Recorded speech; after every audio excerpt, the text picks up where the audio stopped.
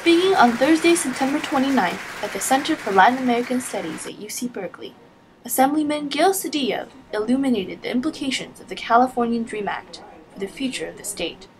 So, I am not an immigrant. I am second generation, 2.5. My grandparents were immigrants, came, I guess, undocumented is the contemporary phrase, but I am not. I grew up in Boyle Heights. I grew up in a working class community, out of a working class household. I was varsity quarterback, and my father worked for American Can Company, so you're hardly going to get more American experience than that. But the fact of the matter is that this nation is a nation of immigrants. It is a unique place in the world. When the Congress failed to pass immigration reform and the Dream Act, they've left it to the states to choose what direction shall we take on the question of the role of immigrants in our society.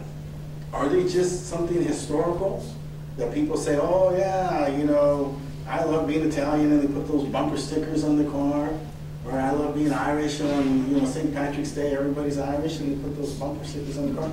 Or are they going to be fully integrated and part of the future of this nation? We have through one scholarship, one opportunity to go to the University of California and transform your life, then the life of your family, and then an impact on your community. And that's transformative.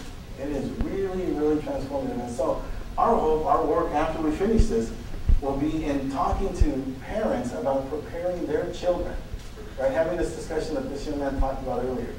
Gathering the resources, beginning to create and build the infrastructure of services for people who are in kindergarten, right? So that the children of undocumented can engage in the type of self-help and preparation that will be necessary. So it's not strictly relying on the state, but that there's also a preparation by the family. I will tell you, I hope that today, that parents whose children are undocumented are talking to their children in kindergarten. And because this is how much I believe in this act and what we're about to do in Chancellor. This says that in California, in the field of education, we are all equal. Remember December this past year, Governor Schwarzenegger had vetoed the Dream Act, third time, and the federal Dream Act had failed, the lame duck session.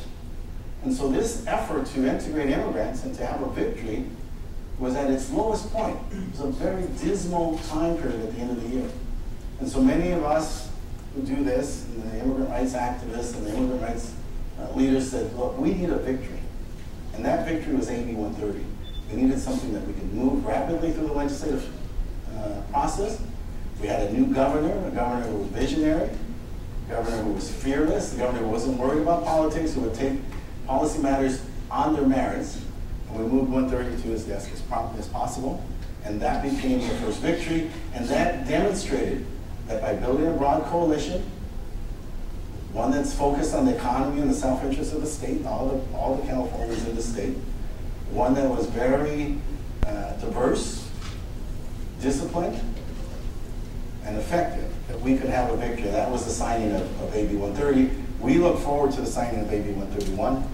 The governor has indicated that he favors it and that he continues to be supportive of the efforts of educating all students because he considers it vital to our future.